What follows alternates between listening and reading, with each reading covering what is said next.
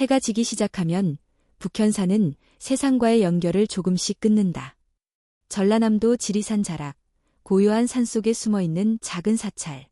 오래된 기와장은 이끼에 덮여있고 담장 사이로 흘러나오는 풍경 소리는 오히려 침묵을 강조하는 듯하다. 이곳은 외부와의 교류가 거의 없는 오직 수행과 참선만이 허락되는 공간이다. 그곳에 스님 한 사람이 있었다. 이름은 선우.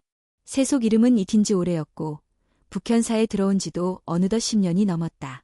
아직 30 즈음의 젊은 나이였지만 누구보다 단단하고 조용한 수행자였다. 선우는 매일 새벽 4시에 일어나 법당을 청소하고 예불을 드렸다. 낮에는 대나무 숲 근처의 마당을 쓸고 해가 중천에 뜨면 경전을 베껴 쓰거나 묵묵히 좌선에 들었다. 누구보다 규칙적이고 누구보다 고요한 하루를 살아가는 사람이었다. 하지만 그 조용한 표정 뒤에는 말로 닿을 수 없는 내면의 소용돌이가 감춰져 있었다. 그 누구도 몰랐다.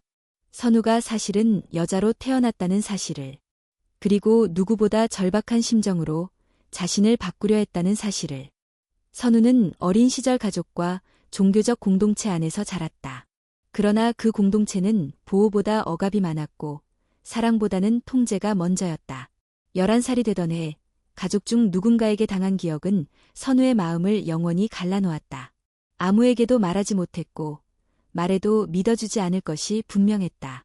그 사건 이후 선우는 거울을 볼 수 없었다. 여성이라는 신체는 마치 타인의 껍데기처럼 느껴졌고 세상이 정해놓은 모든 틀에서 벗어나고 싶었다. 성인이 되면서 선우는 성전환 수술을 받았다. 호르몬 치료와 법적 성별 변경까지 마쳤지만 육체가 바뀌었다고 해서 모든 것이 끝나는 것은 아니었다. 마음속 공허함은 여전히 남아있었고 과거는 잊히지 않았다. 그래서 선우는 출가를 결심했다. 불문에 몸을 맡기고 모든 욕망과 아픔을 내려놓겠다는 의지 하나로 북현사에 들어온 것이었다. 처음 몇 해는 정말 아무것도 생각나지 않을 만큼 고요하고 평온했다. 산사의 바람, 나무 사이로 비치는 햇살, 새벽의 종소리. 그 모든 것이 선우의 상처를 덮어주고 용서하지 못했던 자신을 조금씩 끌어안게 만들었다. 그러나 인간은 아무리 수행을 해도 완전히 비울 수는 없는 존재다. 시간은 고요함 속에서 흐르지만 어느 날 문득 낯선 감정이 스며들기 시작한다. 그 감정은 백종만이라는 남자를 통해 찾아왔다. 백종만은 처음에는 그저 시주를 하러 오는 일반 신도 중 하나였다. 회색 점퍼에 검은 장갑을 낀 채 늘 미소를 머금은 얼굴로 스님들에게 인사를 건넸다. 그는 마을에서 2시간 거리의 도시 순천에서 왔다고 했다. 젊은 시절 사업에 실패하고 가족과도 멀어져 이제는 종교에 의지하며 사는 사람이라고 했다. 다른 신도들과 달리 그는 자주 사찰의 일손을 도왔다. 쓰러진 대나무를 정리하거나 눈이 내린 아침이면 먼저 와서 마당을 쓸곤 했다. 선우는 처음엔 그런 그에게 특별한 감정을 느끼지 않았다.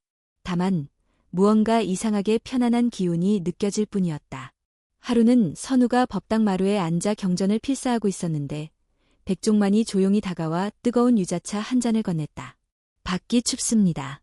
스님, 속을 좀 데우세요. 선우는 고개를 숙여받았고 그 순간 그의 손끝이 잠시 닿았다. 별것 아니었지만 그 온기는 왠지 오래도록 남았다. 그날 이후 백종만이 올 때면 선우는 마음 깊은 곳에서 미묘한 파동을 느꼈다. 그는 어느 날 불쑥 말했다. 스님을 보면 제 청춘이 생각납니다. 선우는 웃으며 대답했지만 그 말이 가슴 어딘가를 건드리는 듯했다. 북현사의 겨울은 유난히 길고 춥다. 그리고 그 겨울은 두 사람의 운명을 바꿔놓을 사건을 품고 있었다. 어느 날 하늘에서는 거짓말처럼 눈이 내리기 시작했다. 아침부터 시작된 눈은 밤이 되자 폭설로 바뀌었고 주변 산길은 완전히 막혀버렸다. 그날 백종만은 시주를 마치고 하산하던 중 미끄러져 발목을 다치고 말았다. 신호도 터지지 않는 깊은 산속. 그는 겨우 북현사로 되돌아왔다. 선우는 저녁 예불을 마치고 나오다 문 앞에서 떨고 있는 그를 발견했다. 놀란 마음에 부축하여 손님용 요사체로 옮겼다. 방은 추웠고 밖은 눈보라가 몰아쳤다. 온도를 피우고 따뜻한 물을 데워 그에게 건넸다. 괜찮으십니까, 보살님? 괜찮습니다. 그보다 죄송합니다. 민폐를 끼쳤네요.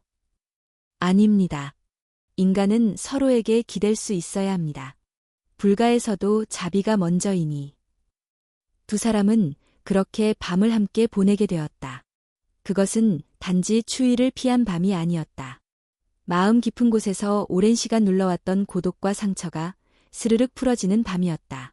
선우는 몰랐다. 그 밤 이후 자신의 삶이 다시금 흔들릴 줄은. 그리고 그 흔들림이 단순한 감정의 동요가 아닌 인생 전체를 뒤흔드는 거대한 바람이 될 줄은 말이다. 눈이 그치지 않은 다음날 아침, 북현산은 마치 하얀 장막에 덮인 듯 조용했다. 바람은 잠잠했지만 모든 것이 얼어붙은 듯한 침묵이 이어졌다. 법당 앞에 쌓인 눈은 허리 높이까지 차올랐고 산 아래 마을과의 연결은 완전히 끊긴 상태였다. 유사체 안, 백종만은 여전히 누운 채 발목을 움직이지 못하고 있었다. 선우는 아침 예불을 마친 후 조용히 죽을 끓여 가져다 주었다. 입맛 없으시겠지만 조금이라도 드셔야 합니다. 그는 고개를 끄덕이며 조심스럽게 수저를 들었다. 서로 말이 없었다. 말이 없어도 그 밤의 여우는 방 안에 그대로 머물러 있었다. 어떤 감정은 말로 설명할 수 없고 설명해서도 안 되는 것들이 있다. 그날 밤도 그랬다. 선우는 마음 한켠에서 그것을 후회하려 했지만 그보다 더 큰 혼란이 가슴 깊은 곳에서 올라왔다. 그날 이후 백종만은 며칠간 북현사에 머무르며 상처가 나아지기를 기다렸다. 선우는 그의 곁을 돌보며 조심스럽게 거리를 유지하려 했지만 이미 마음은 그를 향해 조금씩 기울고 있었다. 백종만 역시 침묵 속에서 여러 번 눈을 감고 다시 떴다. 그의 표정에는 복잡한 감정이 얽혀 있었다. 죄책감, 안도, 그리고 어떤 결심. 며칠 후 눈이 녹고 산길이 조금씩 열리기 시작하자 백종만은 작별 인사를 건넸다. 스님, 그날 밤 저는 그저 제 외로움에 약해졌던 겁니다. 상처 드리고 싶지 않았습니다. 선우는 고개를 숙였다. 저도 마찬가지입니다. 보살님이 상처를 준 게 아닙니다. 그것은 제 내면의 일입니다. 둘 사이의 대화는 짧았지만 깊었다. 그렇게 백종만은 떠났고 선우는 다시 법당으로 돌아와 무릎을 꿇었다. 눈을 감고 입술을 움직이지만 마음은 이미 무너진 침묵 속에서 방황하고 있었다. 며칠이 지났다. 일상은 다시 원래의 자리로 돌아온 듯 보였지만 선우의 몸은 이상 반응을 보이기 시작했다. 처음에는 가벼운 피로감과 현기증이었다. 새벽 좌선 중 집중이 흐트러지고 공양 중 음식 냄새에 구역질이 나기도 했다. 그러다 어느 날 마당을 청소하던 중 갑자기 어지러워 쓰러지고 말았다. 이를 본 길상 스님이 달려와 부축했고 선우는 며칠간 안정을 취하라는 지시를 받았다. 하지만 마음속에서는 이미 명확한 불안이 피어오르고 있었다. 설마, 아니겠지. 그럴 리가 없어. 하지만 그런 생각을 몇 번이고 반복해도 몸은 거짓말을 하지 않았다. 북현사에서 멀지 않은 읍내의 한 병원. 선우는 얼굴을 최대한 가린 채 진료를 받았다. 의사는 차트를 살펴보다가 고개를 들고 조심스레 말했다. 임신 초기입니다. 정확히는 6주 차로 보이네요. 순간 선우의 귀에서는 아무 소리도 들리지 않았다. 세상이 멈춘 것 같았다. 의사의 입은 움직이고 있었지만 모든 소리는 물속에서처럼 울렸다. 임신. 그 단어가 머릿속을 때리고 가슴을 짓눌렀다. 스님, 괜찮으세요? 의사의 물음에 선우는 힘겹게 고개를 끄덕였다. 괜찮습니다. 다만 시간이 필요합니다. 병원을 나서며 선우는 길가에 앉아 한참을 움직이지 못했다. 차가운 겨울 바람이 옷깃 사이로 스며들었지만 머릿속은 온통 불덩이 같았다. 임신. 그것도 출가한 스님으로서. 그것도 과거 여성의 몸을 가졌던 이로써 이미 성전환 수술까지 마쳤다고 생각했는데 어째서 의학적으로 거의 불가능하다고 들었다. 호르몬 치료, 자궁 제거 수술, 모든 것이 남성으로 살아가기 위한 준비였는데 아직도 그 흔적이 남아 있었다는 말인가. 아니, 그런 설명은 아무 의미가 없었다. 현실은 단 하나였다. 나는 임신을 했다. 나는 지금 스님이고 사람들은 나를 남자로 알고 있다. 그날 밤 선우는 자신의 방에 앉아 향을 피웠다. 그리고 오래도록 가만히 앉아 그 불꽃이 타들어가는 모습을 바라보았다. 불꽃은 작고 흔들리며 금방이라도 꺼질 듯 약해 보였지만 끝까지 꺼지지 않았다. 마치 지금 자신의 마음처럼. 이 비밀을 혼자 감당할 수는 없었다. 선우는 결국 결심하고 백종만에게 전화를 걸었다. 그의 번호를 누르는 손이 떨렸다. 보살님, 저 드릴 말씀이 있습니다. 목소리가 잠겨 있었지만 백종만은 그 순간 모든 것을 직감한 듯 조용히 대답했다. 알겠습니다. 어디로 가면 될까요? 둘은 다음 날 북현사에서 멀리 떨어진 작은 찻집에서 마주 앉았다. 벽에는 달마도의 그림이 걸려 있었고 창밖에는 늦겨울 햇살이 희미하게 비쳐들었다. 선우는 말없이 손을 깍지 꼈다.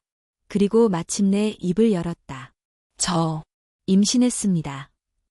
백종만은 말이 없었다. 그의 얼굴은 순간 하얗게 질렸고 눈동자가 미세하게 흔들렸다. 그러나 곧 고개를 끄덕이며 떨리는 목소리로 물었다. 정말입니까? 그럴 수가. 어떻게? 선우는 설명하지 않았다. 설명은 이미 무의미했기 때문이다. 중요한 것은 지금 생명을 품고 있다는 사실이었다. 죄송합니다. 그리고 두렵습니다. 백종만은 긴 침묵 끝에 고개를 숙이며 말했다. 제가 책임지겠습니다. 무엇이든 함께 하겠습니다. 선우는 그의 말에 눈을 감았다. 책임이라는 단어가 때로는 사랑보다 더 무겁고 더 따뜻하다는 것을 그 순간 깨달았다. 그리고 그 책임은 이제부터 진짜 시작이었다. 선우는 북현사로 돌아오는 길에 한 번도 뒤를 돌아보지 않았다. 찻집에서 백종만과 나눈 대화는 마음속에 무겁게 가라앉아 있었고 찬 공기는 감정을 더욱 얼려놓았다. 그는 오랜만에 속세의 거리를 걸었고 사람들의 눈빛이 마치 자신의 속을 꿰뚫는 듯 느껴졌다. 아무도 그를 알아보지 않았지만 그는 이미 드러난 존재처럼 느껴졌다. 북현사에 도착하자 길상 스님이 마당을 쓸고 있었다. 선우를 보고는 미소를 지으며 말했다. 몸은 좀 어떠십니까? 요즘은 자주 나가시네요. 선우는 담담하게 대답했다. 몸이 조금 나아졌습니다. 감사드립니다. 겉으로는 아무 일 없던 것처럼 행동했지만 속은 이미 무너져 있었다. 선우는 이제 숨길 수 없는 진실을 품고 있었다. 문제는 그 진실을 어떻게 지켜야 하느냐는 것이었다. 며칠이 지나고 사찰은 봄 준비에 들어갔다.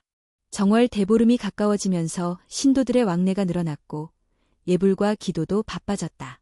선우는 이전처럼 예불을 주관하고 손님을 맞이하고 공양을 준비하는 일에 전념했다. 겉으로 보기엔 아무것도 변하지 않은 것 같았지만 그의 몸은 점점 다른 신호를 보내고 있었다. 입덧은 갈수록 심해졌고 체력은 눈에 띄게 약해졌다. 다행히 두꺼운 승복과 겉옷은 변화를 숨겨주었지만 길상 스님의 눈은 날카로웠다. 그는 어느 날 조용히 선우에게 다가와 속삭였다. 스님, 괜찮으십니까? 얼굴빛이 예전 같지 않습니다. 혹시 병원은 다녀오셨습니까? 선우는 침착한 얼굴로 대답했다. 계절이 바뀌어 그런가 봅니다. 걱정해 주셔서 감사합니다. 하지만 그날 밤 길상 스님은 몰래 선우의 방 앞을 지켰다. 그리고 새벽녘 선우가 침을 토하고 있는 모습을 목격했다. 의심은 확신으로 바뀌었고 길상은 자신만의 판단을 내리기 시작했다. 며칠 후 선우가 사찰 근처 읍내에서 누군가에게서 작은 상자를 받아오는 장면을 길상이 목격했다. 그는 뒤를 밟았고 그 상자가 임신 초기용 비타민과 철분제임을 확인했다. 의문은 분노로 바뀌었고 길상은 선우를 부르는 대신 바로 트루지를 찾아가려 했다. 그러나 그는 멈췄다. 그것을 무기로 삼을 수 있다는 생각이 들었기 때문이다.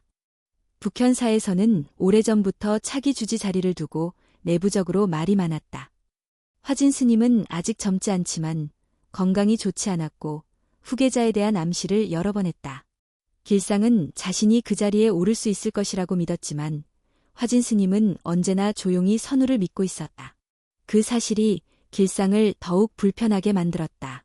출가한 지 20년이 넘었고 수행도 누구보다 오래 했지만 왜 화진 스님은 젊은 선우에게만 관심을 보이는가? 그가 그토록 감싸는 이유가 이제야 납득이 되었다. 그렇다면 내가 이 사실을 가지고 협상할 수 있겠군.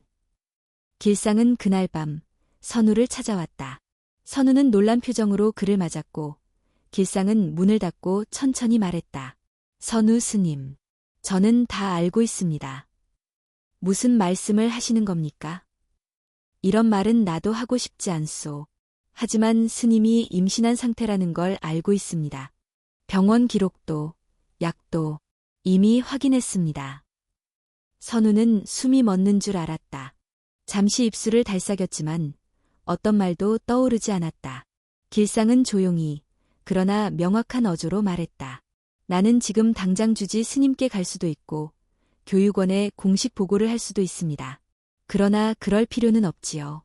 스님이 내 말을 들어준다면. 원하시는 게 뭡니까? 나는 주지 스님의 후계자가 되어야 합니다. 그 자리를 위해 20년을 참고 버텼습니다. 스님은 조용히 물러나고 나에게 방해가 되지 않도록 하십시오. 그러면 나는 아무 말도 하지 않겠습니다. 선우는 말이 없었다. 온몸이 떨렸다. 수행자로서 쌓아온 모든 것, 그리고 지금 지키고 싶은 생명까지 모두 그의 말 한마디에 무너질 수 있었다. 이건 협박입니다. 협박이 아닙니다. 선택의 기회를 드리는 겁니다. 스님도, 그 아이도 이곳에서 안전하게 나가려면 조용히 움직이셔야 합니다. 길상은 말을 끝내고 방을 나섰다. 문이 닫히는 소리조차 차갑게 들렸다. 선우는 한참 동안 아무 말도 하지 못했다. 손이 덜덜 떨렸고 심장은 죄의식과 분노로 터질 듯 뛰고 있었다. 도망치고 싶었다. 북현사를 떠나고 싶었다. 하지만 그럴 수 없었다. 아직 준비되지 않았다. 아이는 아직 태어나지도 않았다. 그날 밤 선우는 법당에 홀로 앉아 향을 피웠다. 불상을 바라보며 오랜 시간 눈을 감았다. 무언가 말하고 싶었지만 속으로 아무 말도 나오지 않았다. 부처는 침묵했고 자신도 침묵했다. 그러나 마음 한가운데 또렷한 목소리가 들렸다. 지켜야 한다. 아이를, 나 자신을, 그리고 진실을. 봄 기운이 조금씩 퍼지고 있던 날들이었다. 남쪽 지방이라도 지리산의 날씨는 늘 한 박자 늦었고 밤에는 여전히 찬 기운이 돌았다. 사찰마당 한 구석에는 아직 녹지 않은 눈더미가 남아있었고 햇볕이 잘 들지 않는 담벼락 아래는 얼음이 그대로 박혀 있었다. 그날도 그런 날이었다. 아침부터 하늘이 잔뜩 흐렸고 오후가 되자 눈이 내리기 시작했다. 선우는 대웅전 앞을 쓸고 있었고 길상 스님은 멀리서 그 모습을 지켜보고 있었다. 눈은 점점 굵어졌고 밤이 되자 폭설로 변해버렸다. 산길은 빠르게 막혔고 기온은 급속히 떨어졌다. 그때였다. 갑자기 누군가가 사찰 대문을 두드렸다. 모두가 잠든 시간이었기에 선우는 처음에 환청인가 싶었지만 다시 한번 더 두드리는 소리가 들렸다. 조심스럽게 문을 열어보니 그곳에는 온몸이 눈에 젖은 채 떨고 있는 백종만이 서 있었다. 보살님, 어떻게 여기에? 그는 말없이 주저앉았다. 발목을 붙잡고 있었고 얼굴은 창백했다. 선우는 그를 부축하여 손님용 요사체로 데려갔다. 방 안은 차가웠지만 다행히 온돌이 남아있어 금세 따뜻해졌다. 물을 데우고 담요를 덮어주고 찬물을 끓였다. 백종만은 조용히 숨을 고르며 중얼거렸다. 산길이 막혔습니다. 눈이 이렇게 빨리 내릴 줄은 몰랐습니다. 내려가던 중 미끄러졌고 다시 돌아오는 수밖에 없었습니다. 선우는 그의 상처를 확인했다. 발목이 부어 있었고 움직일 수 없을 정도였다. 의사를 부를 수 없는 상황. 이곳은 전화 신호조차 닿지 않는 깊은 산속이었다. 오늘 밤은 여기서 머무르셔야겠습니다. 날이 밝고 눈이 그치면 하산하시죠. 그는 고개를 끄덕였다. 민폐를 끼쳐 죄송합니다. 아닙니다. 오히려 이렇게 다시 만나게 될 줄은 몰랐습니다. 둘은 조용히 웃었다. 하지만 그 웃음 속에는 수많은 감정이 뒤섞여 있었다. 죄책감, 안도, 그리고 아직 이름 붙이지 못한 감정들. 밤이 깊어가고 바깥의 눈은 그칠 기미가 없었다. 방 안의 등불은 흔들렸고 뜨거운 찻잔의 김이 천천히 피어올랐다. 선우는 백종만의 얼굴을 바라보았다. 그는 몇 번이나 눈을 감고 떴고 입을 열듯 말듯 하다가 결국 입술을 굳게 다물었다. 그러다 갑자기 백종만이 말했다. 스님께 죄송하다는 말을 하고 싶었습니다. 그날 밤 이후로 마음이 편치 않았습니다. 저도 스님도 서로에게 상처를 준 것은 아닐까 두려웠습니다. 선우는 고개를 숙였다. 저도 마찬가지입니다. 출가한 사람으로서 그 순간에 마음을 놓아버렸다는 것이 두려웠습니다. 그렇지만 그 순간만큼은 인간으로서 숨쉬고 싶었습니다. 침묵이 흘렀다. 선우는 그 말에 눈을 감았다. 수행자로 살아온 지난 시간, 그는 수없이 많은 번뇌를 밀어냈다. 욕망, 그리움, 외로움 올 무념으로 되돌리려 애썼다. 그러나 그 밤의 감정은 단순한 욕망이 아니었다. 그것은 오히려 오래도록 눌러왔던 상처가 누군가의 온기에 반응한 것이었다. 백종만이 말없이 손을 내밀었다. 선우는 그 손을 바라보다가 조심스럽게 잡았다. 차가운 손끝이 닿는 순간 이상하게도 마음은 고요해졌다. 죄의식도 두려움도 잠시 멈춘 듯했다. 그들은 말없이 서로의 체온을 나누었다. 그 속에는 애정과 연민, 책임과 후회의 감정이 섞여 있었다. 잠시 후 백종만은 조용히 눈을 감았다. 선우는 그의 옆에 앉아 등을 토닥였다. 그 순간 배 속에서 아주 미세한 움직임이 느껴졌다. 선우는 손을 배에 얹고 천천히 숨을 쉬었다. 지금 이 순간 자신이 살아있다는 것을 강하게 느꼈다. 그 밤은 그렇게 지나갔다. 눈은 계속해서 내렸고 세상은 모두 하얗게 덮였다. 새벽이 되자 눈 속의 산사는 고요했다. 마치 아무 일도 없었던 듯 모든 것이 침묵 속에 감춰졌다. 그러나 선우의 마음 속에는 그날 밤의 감정이 깊게 새겨졌다. 그는 다시 법당으로 돌아와 부처님 앞에 앉았다. 그리고 오랜만에 마음속에서 소리를 꺼냈다. 저는 출가자입니다. 그러나 동시에 인간입니다. 인간으로서의 저를 미워하지 말아 주십시오. 지금 이 생명을 품은 것이 죄라면 그 죄를 온전히 안고 가겠습니다. 누군가의 연민으로 태어난 생명일지라도 제가 책임지겠습니다. 선우의 눈에서 조용히 눈물이 흘렀다. 그것은 회한의 눈물이라기보다는 결심의 눈물에 가까웠다. 마음을 가리고 있던 승복의 무게가 그 순간만큼은 조금 가벼워지는 듯했다. 눈이 완전히 녹기까지는 시간이 꽤 걸렸다. 백종만은 다친 발목이 회복되자마자 사찰을 조용히 떠났다. 둘 사이에 다시 깊은 대화를 나눌 기회는 없었지만 그 밤의 정적과 체온, 그리고 그 안에서 확인한 생명의 존재는 아직도 선우의 가슴에 생생히 남아있었다. 시간이 흐를수록 선우의 몸은 점점 더 변화해갔다. 단지 체력이 약해진 수준이 아니었다. 불규칙한 구토, 심한 어지럼증, 그리고 가장 큰 변화는 입맛이었다. 평소 아무렇지 않게 먹던 소식조차 제대로 삼키지 못했고 조금만 무리해도 가슴이 뛰고 호흡이 거칠어졌다. 그는 가능한 한 일을 숨기려 했다. 더 무거운 승복을 걸치고 더 조용히 움직이고 식사 시간에는 핑계를 대며 자리를 피했다. 그러나 이런 노력에도 불구하고 길상 스님의 눈은 더욱 날카로워졌다. 요즘 스님의 안색이 많이 안 좋아 보입니다. 어디 아프신 건 아닙니까? 길상은 평소보다 친절한 말투로 물었지만 그 속에 숨겨진 경계심은 분명했다. 감기 기운이 조금 남은 것 같습니다. 크게 염려하실 정도는 아닙니다. 선우는 최대한 자연스럽게 대답했지만 속은 이미 조마조마했다. 길상 스님이 자신을 의심하고 있다는 사실을 그는 알고 있었다. 며칠 후 선우는 밤에 몰래 사찰 뒷문을 나섰다. 외부와 연결되는 작은 산길을 통해 읍내로 내려가 병원을 다시 찾기 위해서였다. 자신이 품은 생명이 어떻게 자라고 있는지, 지금 어떤 상태인지 확인하지 않으면 안 되겠다는 절박감이 컸다. 병원에서 초음파 사진을 받는 순간 선우는 한동안 아무 말도 하지 못했다. 화면 속에는 작고 희미한 심장 박동이 규칙적으로 움직이고 있었다. 의료진은 그에게 조심스럽게 말을 건넸다. 기적 같은 경우입니다.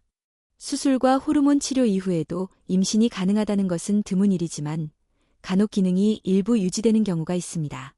지금은 안정기에 접어들고 있으니 무리한 활동은 피하셔야 합니다. 아이의 상태는 괜찮습니까? 지금까지는 문제없습니다. 하지만 임신 자체가 고위험군입니다. 가능한 한 스트레스를 줄이고 휴식에 집중하셔야 합니다. 선우는 고개를 끄덕였지만 마음은 무겁기만 했다. 스트레스를 줄이라는 말이 어쩌면 지금 자신에게 가장 불가능한 일이었다. 자신은 지금 사찰의 스님이었다. 사람들은 자신을 남자로 알고 있었고 출가한 수행자였다. 이 사실이 알려지는 순간 그는 단순히 북현사에서 쫓겨나는 것을 넘어서 불문 전체에서 배제될 수도 있었다. 병원에서 나와 택시를 타려던 순간 낯익은 그림자가 선우의 앞을 막았다. 스님, 이런 데서 뵙다니요. 길상 스님이었다. 선우는 숨이 멎는 줄 알았다. 머릿속이 하얘졌고 손에 들고 있던 초음파 사진이 덜덜 떨렸다. 길상은 무표정한 얼굴로 천천히 말했다. 이제는 확신이 섰습니다. 스님이 뭘 숨기고 있는지. 제가 북현사에 돌아가기 전에 이 사실을 주지 스님께 말씀드릴 수도 있습니다. 하지만 그 전에 한 번 더 기회를 드리겠습니다. 그의 말투는 침착했지만 그 안에 감추어진 의도는 명백했다. 협박이었다. 무슨 의도입니까? 스님도 아시겠지만 주지 스님은 후계자를 고민하고 계십니다. 나는 그 자리에 가장 적합한 인물입니다. 그러나 당신이 있다는 이유만으로 그 자리는 내 것이 되지 않고 있습니다. 선우는 말이 없었다. 길상의 시선은 차가웠다. 이해해 주십시오. 스님은 이미 수행자로서의 길에서 벗어나 계십니다. 지금이라도 조용히 물러나시면 이 사실은 제 입으로 나가지 않을 겁니다. 당신의 아이에게도 북현사에도 더 큰 상처를 주지 않게 될 것입니다. 그는 말을 끝내고 조용히 떠났다. 그 뒷모습은 한치의 동정도 없었고 오직 목적만을 향해 걷는 사람이었다. 선우는 길가에 멍하니 서 있었다. 그리고 문득 손에 쥐고 있던 초음파 사진을 바라보았다. 사진 속의 생명은 아무 말도 하지 않았지만 그 존재만으로 선우의 심장을 뛰게 했다. 내가 이 아이를 지키지 않으면 아무도 지켜주지 않을 것이다. 그날 밤 선우는 사찰로 돌아오지 않았다. 대신 그는 북현사에서 조금 떨어진 작은 여관방을 빌렸다. 혼자만의 공간에서 그는 침묵 속에 앉아 생각했다. 이제 더 이상 숨길 수 없는 순간이 오고 있었다. 몸도 마음도 더 이상 이중의 삶을 견딜 수 없었다. 그는 백종만에게 연락을 했다. 그리고 처음으로 자신의 불안을 털어놓았다. 보살님, 저 곧 드러날 것 같습니다. 더는 시간을 끌 수 없어요. 누군가는 이미 알고 있어요. 그럼 내가 직접 가겠습니다. 스님, 혼자 감당하지 마세요. 백종만의 목소리는 떨리고 있었지만 단호했다. 그가 처음으로 스님이라는 호칭 대신 선우라고 부를 듯한 느낌이 들었다. 이제 숨겨왔던 진실이 겉으로 드러나려 하고 있었다. 북현사의 평온은 금이 가기 시작했고 선우의 마음속에도 하나의 결심이 자리 잡고 있었다. 그것은 도망이 아니라 마주함의 선택이었다. 며칠 후 북현사의 아침은 이상하게 조용했다. 평소라면 새벽 예불을 마치고 대중이 모여 다과를 나누거나 사찰 구석구석을 청소하는 소리가 들렸을 터였다. 그러나 그날은 유난히 발걸음 소리조차 작았고 스님들끼리도 눈을 피하는 기색이 역력했다. 그 이유는 간단했다. 길상 스님이 전날 밤 주지 스님에게 어떤 사실을 전한 것이었다. 그리고 그 사실은 사찰 안에서 더 이상 숨길 수 없는 파장을 일으키고 있었다. 화진 스님은 선우를 조용히 불러들였다. 그의 방은 햇살이 깊게 스며드는 자리였고 늘 향냄새가 은은히 퍼져 있었다. 그러나 그날의 공기는 무거웠다. 선우가 문을 열고 들어섰을 때 화진 스님은 조용히 차를 따르고 있었다. 앉게, 선우. 선우는 말없이 자리에 앉았다. 손은 무릎 위에 가지런히 놓여 있었지만 그 손끝이 미세하게 떨리고 있는 것을 화진 스님은 알아차렸다. 건강이 안 좋다는 말을 들었다. 길상이 내 상태에 대해 우려하더구나. 선우는 조심스럽게 고개를 끄덕였다. 네, 몸이 조금 무거운 시기가 있습니다. 그러나 수행에 지장은 없습니다. 정말 그러한가?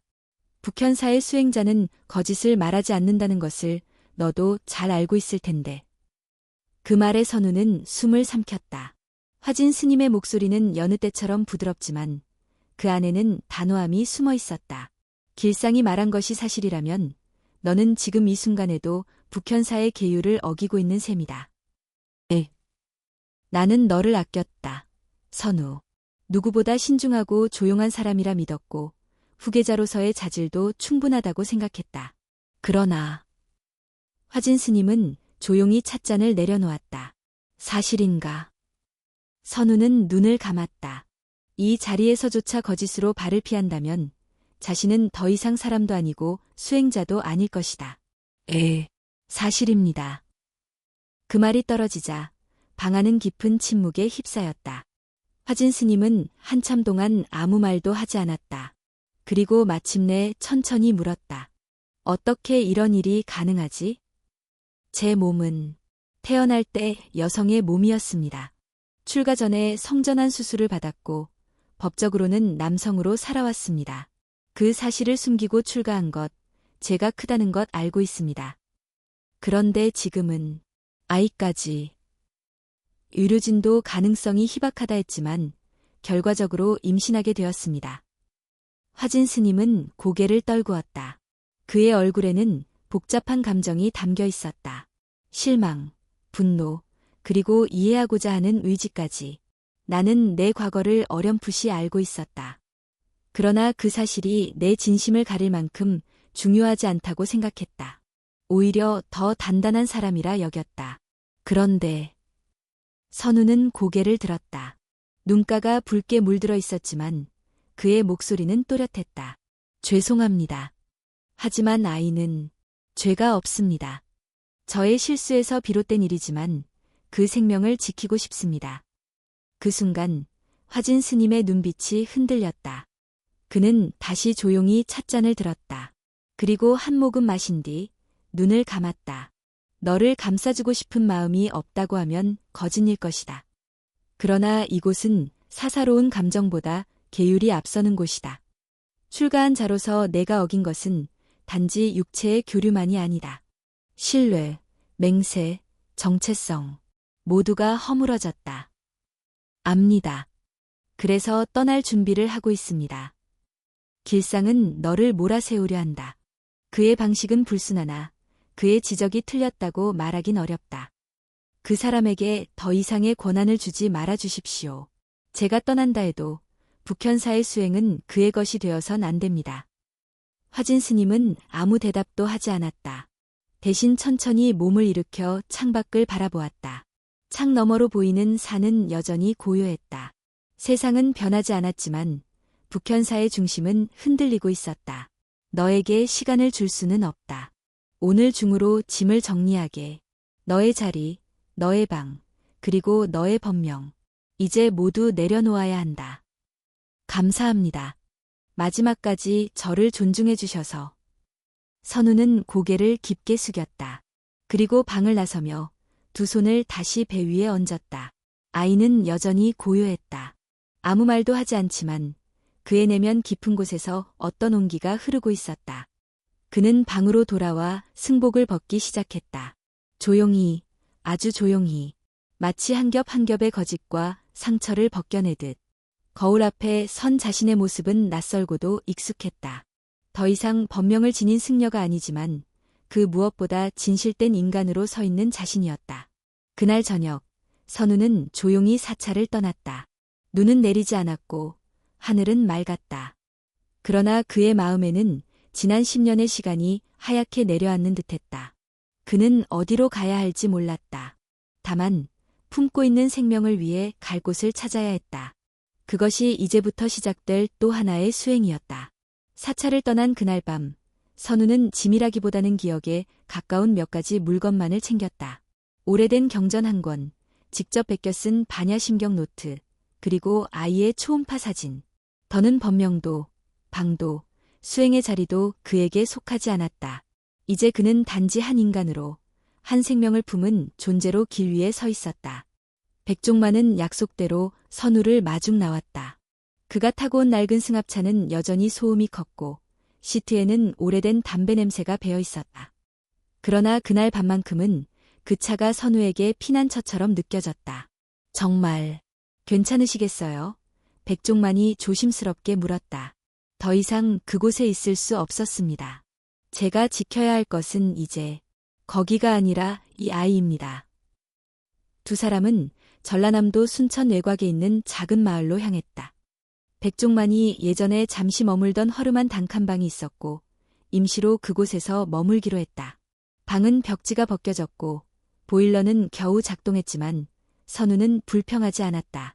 오히려 이 조용하고 낯선 공간이 처음으로 숨을 제대로 쉬게 해주었다. 이웃들과의 첫 마주침은 순탄하지 않았다. 아무도 두 사람의 관계를 묻지 않았지만 이상한 눈빛은 쉽게 느껴졌다. 임산부처럼 보이는 선우가 남자라는 사실, 그리고 두 사람 사이의 애매한 거리감은 동네 사람들의 상상력을 자극하기에 충분했다. 며칠 후, 백종만은 인근 철물점에 아르바이트를 구했다. 허리가 좋지 않아 무거운 짐을 들기는 어려웠지만 그는 아침마다 묵묵히 출근했다. 선우는 집안에서 간단한 바느질 일거리를 받아 생계에 보탰다. 몸이 무거워지는 속도는 빨라졌고 하루하루가 조심스러웠다. 가끔 그는 꿈을 꾸었다.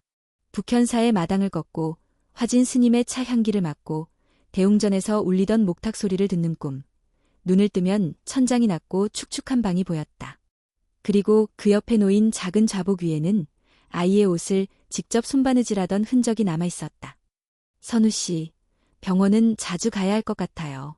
혼자 감당하려 하지 말고 필요하면 말해요. 어느 날 밤, 백종만이 조심스럽게 말했다. 그는 더 이상 스님이라는 호칭을 쓰지 않았다. 그것은 존중이 아닌 이제 서로가 같은 눈높이에서 살아가는 동반자임을 인정하는 표시였다. 고맙습니다. 저도 그렇게 생각하고 있었어요. 두 사람 사이에는 언젠가부터 말 없는 배려가 자리 잡기 시작했다. 백종만은 선우가 쉬는 날에는 직접 밥을 지었고 선우는 저녁마다 작은 향을 피워 아이를 위한 기도를 올렸다.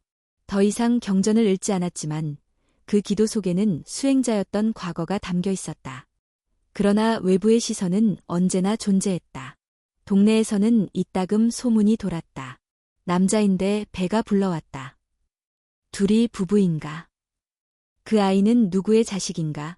사람들은 확인하지 않은 이야기를 쉽게 믿고 그 믿음은 벽처럼 둘을 가로막았다. 가장 힘든 순간은 슈퍼마켓에서였다. 선우가 유아용 기저귀와 분유를 사려던 찰나 계산대에 서 있던 아주머니가 대놓고 물었다. 아기가 어디 거예요? 조카예요? 아니면... 선우는 잠시 멈췄다가 조용히 대답했다. 제 아이입니다. 그 말에 주변에 있던 사람들이 고개를 돌려 쳐다보았다. 어떤 이들은 놀라고 어떤 이들은 비웃듯 웃었다. 선우는 그 시선을 외면하지 않았다.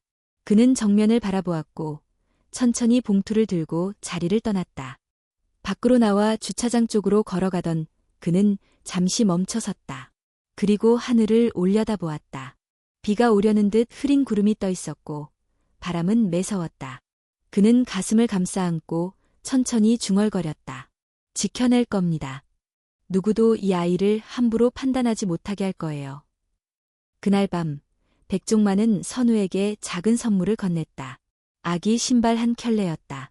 스스로 만든 것은 아니었지만 그가 시장에서 직접 고른 것이었다. 선우는 그것을 받아들고 한참을 바라보다가 조용히 말했다.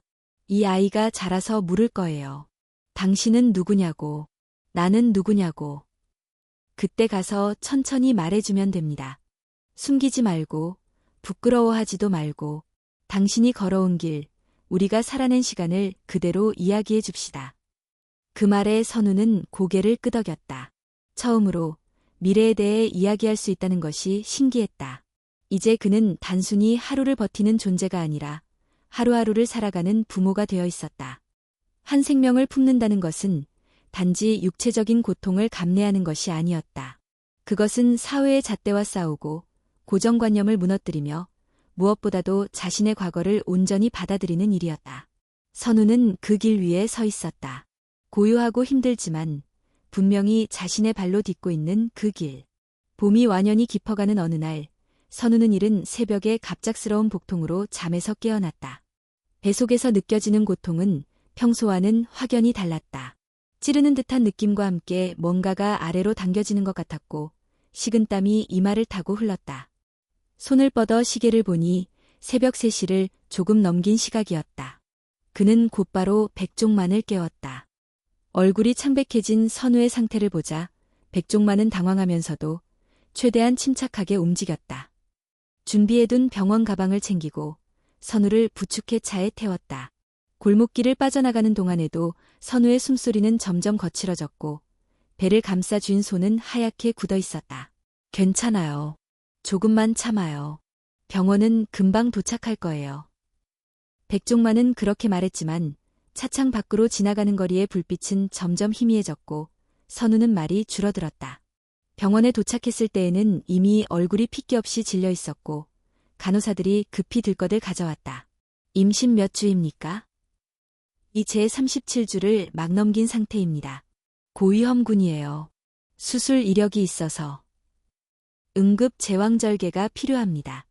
산모의 혈압이 급격히 떨어지고 있습니다. 의료진은 재빠르게 선우를 수술실로 옮겼고 백종만은 문 앞에서 두 손을 모은 채 떨리는 눈빛으로 그 모습을 바라봤다. 이 순간 그는 세상에서 가장 무력한 사람이었다. 아무것도 할 수 없었고 단지 기도할 수밖에 없었다. 부처님, 제가 스님께 무례했더라도 제 삶이 부족했더라도 제발 이 두 생명만은 지켜주십시오. 수술실 안에서는 긴박한 움직임이 이어졌다. 선우는 마취에 들어가기 직전까지도 정신을 놓지 않으려 했었다. 마지막으로 배 속의 아이에게 속삭였다. 조금만 더 같이 버티자. 우리가 여기까지 어떻게 왔는지 알지? 내가 태어나야 이 모든 게 의미가 있어. 그 말이 끝나기 무섭게 마취제가 몸을 감싸고 선우는 의식이 멀어져 갔다. 수술은 쉽지 않았다. 이전의 성전환 수술과 호르몬 치료로 인해 자궁 구조가 비정상적이었고 출혈이 예상보다 훨씬 많았다. 의료진은 한치의 오차도 없이 움직였고 몇 차례 심박수 경고음이 울리기도 했다. 그러다 마침내 새벽 5시 48분. 신생아의 울음소리가 수술실을 가득 채웠다. 아이는 예상보다 작았지만 건강하게 태어났다. 산소 마스크를 쓰고 온몸에 핏자국이 묻어 있었지만 그 울음은 힘찼고 끊이지 않았다. 간호사가 아이를 안고 나오는 순간 백종만은 울음을 삼킬 수 없었다. 아이입니다. 건강하게 태어났습니다. 산모도 안정되고 있습니다. 의료진의 말에 그는 무릎을 꿇고 울었다. 기도처럼 시작된 새벽이었고 눈물로 끝나는 새벽이었다. 그가 원한 것은 오직 하나, 이 두 생명이 세상에 온전히 남아있는 것이었다. 몇 시간이 지난 뒤 회복실로 옮겨진 선우는 천천히 눈을 떴다. 하얀 천장, 기계의 삐삐 소리, 그리고 손등에 꽂힌 링거 바늘이 보였다. 숨을 한 번 내쉬고 나서야 자신이 살아있다는 사실을 실감할 수 있었다. 곧 간호사가 조심스럽게 다가왔다. 그리고 품에 조심스럽게 작은 아기를 안겨주었다. 아직 눈도 제대로 뜨지 못한 작은 아이, 입술을 오물거리며 손가락을 움켜쥐는 그 존재는 그저 숨쉬는 것만으로도 감동이었다. 선우는 조용히 아이를 바라보았다. 그리고 중얼거렸다. 어서 와, 세상이 널 환영해 줄지는 모르겠지만 나는 널 위해 여기 있어. 아이의 손가락이 선우의 손을 잡는 순간 모든 고통과 두려움이 뒤로 밀려났다. 그것은 경전 속의 구절도 부처의 설법도 설명할 수 없는 감정이었다. 살아있다는 감각, 보호하고 싶다는 본능, 그리고 나는 부모다라는 자각이 그를 감쌌다. 백종만이 병실 문을 열고 들어왔다. 그의 얼굴은 울음으로 일그러졌고 손에는 작은 분홍색 모자가 들려 있었다. 아이를 위해 준비했어요. 당신이 쉴 때 내가 대신 안아줄게요. 선우는 고개를 끄덕이며 미소 지었다. 더는 사찰도, 계율도, 명예도 그를 규정짓지 않았다. 오직 한 가지, 이제 그는 한 생명을 품고 세상을 살아가는 부모였다. 병원 복도 밖으로는 아침 햇살이 퍼지고 있었다. 멀리서 들려오는 새소리, 간간이 들리는 환자들의 웃음소리.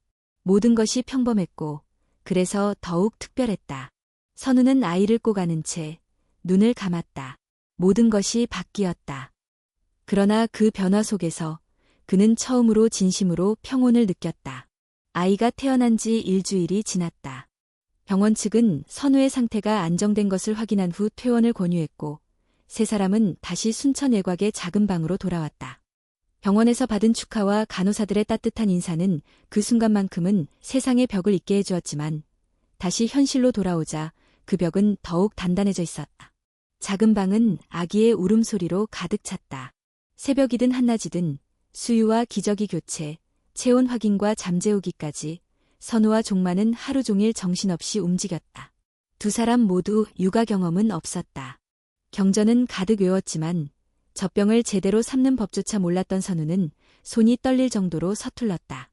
그러나 아이는 모든 것을 이해하는 듯 조용히 품 안에 안겼고 그것만으로도 하루의 지친 숨을 다시 고르게 해주었다. 아이는 여자아였고 선우는 그녀에게 할인, 하늘의 이슬, 이라는 이름을 지어주었다.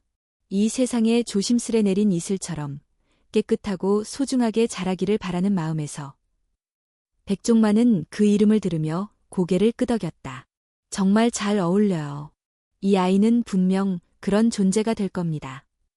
하지만 시간이 지날수록 그들은 새로운 벽을 마주해야 했다. 주민센터에 출생신고를 하러 간 날이었다. 선우는 준비한 서류를 제출했지만 담당 공무원은 오래도록 컴퓨터 화면을 바라보다가 고개를 들었다. 산모 성명이 강선우 씨. 네, 맞습니다. 주민등록상 성별이 남성이신데 병원에서 산모로 등록된 건 어떻게 된 겁니까? 순간 공기가 멈춘 듯한 정적이 흘렀다. 선우는 심호흡을 하고 말했다. 제가 출생 당시 여성의 몸으로 태어났지만 이후 성전환 수술과 법적 절차를 거쳐 현재는 남성으로 등록되어 있습니다. 그러나 생물학적 특성상 임신이 가능했고 아이를 낳게 되었습니다. 공무원은 당황한 기색을 감추지 못했다. 이건 제가 판단할 수 있는 사항이 아니네요. 서울 본청으로 문의를 해야 할 것 같습니다. 시간이 걸릴 수 있어요. 선우는 고개를 끄덕이며 서류를 다시 받아들었다. 할인의 존재는 현실 세계에서 아직 허용되지 않은 존재로 여겨지고 있었다. 법과 제도, 편견과 관념이 얽힌 그 거대한 구조 속에서 아이는 여전히 투명한 존재처럼 취급받았다.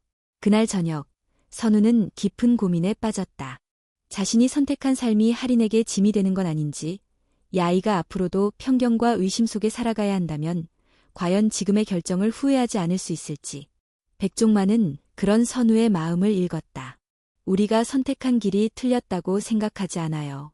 틀린 건 이 세상이 우리를 아직 이해하지 못하고 있다는 점이죠. 하지만 할인이는 우리가 지켜야 해요. 누가 뭐라 해도 우리 아이니까. 정말 지켜낼 수 있을까요? 그럼요. 당신은 사찰에서 10년을 버텨낸 사람이잖아요. 욕망도 고통도 다 이겨냈던 사람인데 이 아이 하나 지키는 일이라고 못하겠어요? 선우는 웃음과 눈물이 뒤섞인 얼굴로 고개를 끄덕였다. 며칠 후 그들은 가까운 불교 커뮤니티 모임에 도움을 청해보았다. 종만이 오랫동안 알고 지내던 후배 한 명이 그 지역 사찰의 불자 모임을 이끌고 있었고 조심스럽게 사정을 털어놓았다. 놀랍게도 몇몇 사람들은 두 사람의 이야기를 공감하며 지지를 보내주었다. 자비와 평등을 가르치는 불교에서 이런 사연을 받아들이지 못한다면 그건 불법을 배운 자가 아니지요. 그들의 말은 선우에게 큰 위로가 되었다. 종만 역시 오랜만에 누군가의 응원을 받는 기분에 눈시울을 붉혔다. 물론 반응이 모두 호의적이진 않았다. 일부는 등을 돌리고 뒤에서 수군거리는 이들도 있었다. 하지만 선우는 다짐했다. 편견이 아무리 무겁고 차가워도 이 아이를 위해선 모든 시선을 견뎌낼 수 있으리라. 할인은 어느덧 한 달이 되어가고 있었다. 새벽에 배고파서 울던 울음도 점점 익숙해졌고 눈을 맞추면 천천히 미소를 짓는 모습도 보이기 시작했다. 그런 순간마다 선우는 마음속으로 중얼거렸다. 내가 나의 구원이다. 너로 인해 나는 다시 인간이 되었다.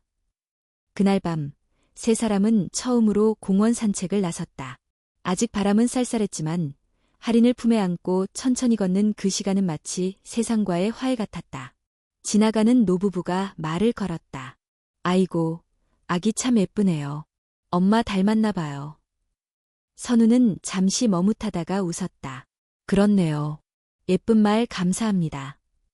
종마는 그 순간 선우의 손을 살짝 잡았다. 아무 말 없이 천천히. 할인이 잠들자 둘은 공원의 벤치에 앉아 조용히 하늘을 올려다보았다. 별은 많지 않았지만 구름 사이로 은은히 퍼지는 달빛이 있었다. 그 빛은 마치 그들에게 말하고 있는 듯했다. 그대들이 지키는 생명은 틀리지 않았다. 그 길이 고통스럽더라도 그것은 연민의 길이다.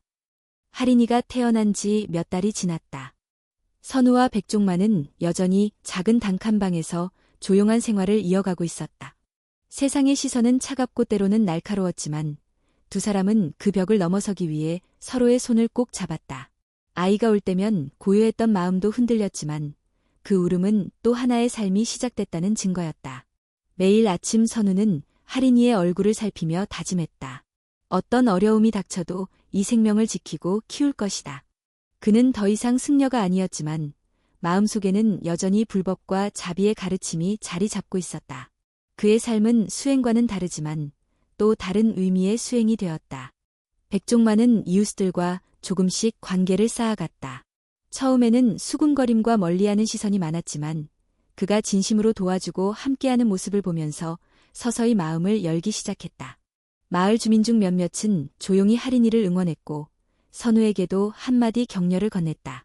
그러던 어느 봄날 선우는 할인이를 안고 근처 작은 공원에 나갔다.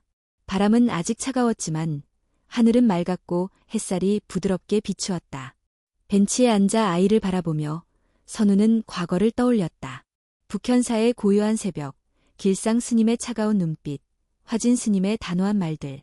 모두가 멀리 있지만 그 기억은 그를 강하게 만들었다.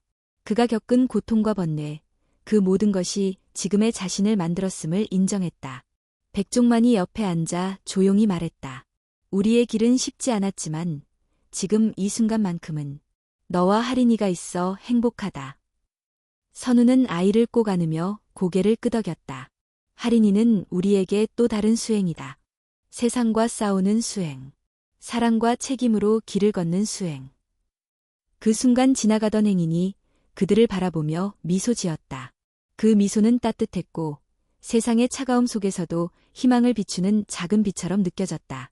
할인이가 울음을 멈추고 조용히 눈을 감았다. 선우는 부드럽게 아이의 머리를 쓰다듬으며 말했다. 어서 와, 세상아. 너는 환영받을 자격이 충분하다. 그들의 이야기는 여기서 끝나지 않는다. 오히려 이제부터가 진짜 시작이다. 세상이 아직 준비되지 않았어도 그들은 서로를 지키며 새로운 길을 만들어갈 것이다. 사랑과 자비가 한 걸음씩 세상에 스며들도록. 그 길은 고단하고 불확실하지만 분명 빛나는 길임을 선우는 알고 있었다. 그리고 그 길 위에서 그들은 오늘도 함께 걸어간다.